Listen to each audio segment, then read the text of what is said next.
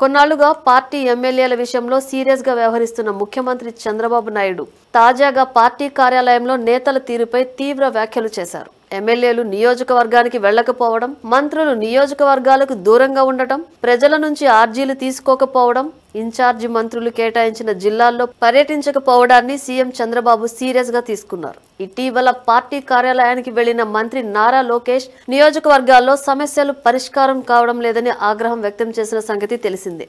ఇక తాజాగా ముఖ్యమంత్రి చంద్రబాబు కూడా ఎమ్మెల్యేల తీరుపై తీవ్ర అసహనం వ్యక్తం చేసినట్లు తెలుస్తోంది. పార్టీ ప్రధాన కార్యాలయానికి వెళ్లిన చంద్రబాబు సీఎంఆర్ఎఫ్ చెక్కులు, పెన్షన్ల పంపిణీ, సీఎంఆర్ఎఫ్ లెటర్లపై సంతకాలు తదితర అంశాలపై పార్టీ రాష్ట్ర అధ్యక్షుడు పల్లా శ్రీనివాసరావును అడిగి వివరాలు తెలుసుకున్నారు. ఈ సందర్భంగా తన వద్ద ఉన్నటువంటి సమాచారాన్ని పల్లా ముఖ్యమంత్రి వద్ద ఉంచారు. చాలా మంది ఎమ్మెల్యేలు నియోజకవర్గాల్లో పర్యటించడం లేదని, తాను చెప్పినా సరే ఎమ్మెల్యేలు వినడం లేదని పల్లా శ్రీనివాసరావు చంద్రబాబు దృష్టిలో పెట్టారు.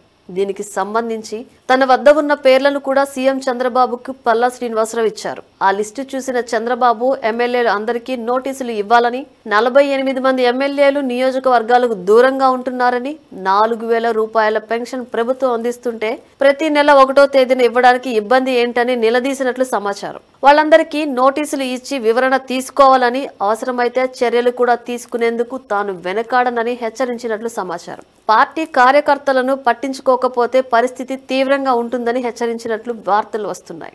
మాట లెక్క చేయని ఎమ్మెల్యేలు రాజీనామా చేసేసినా పర్వాలేదని చెప్పినట్లు సమాచారం.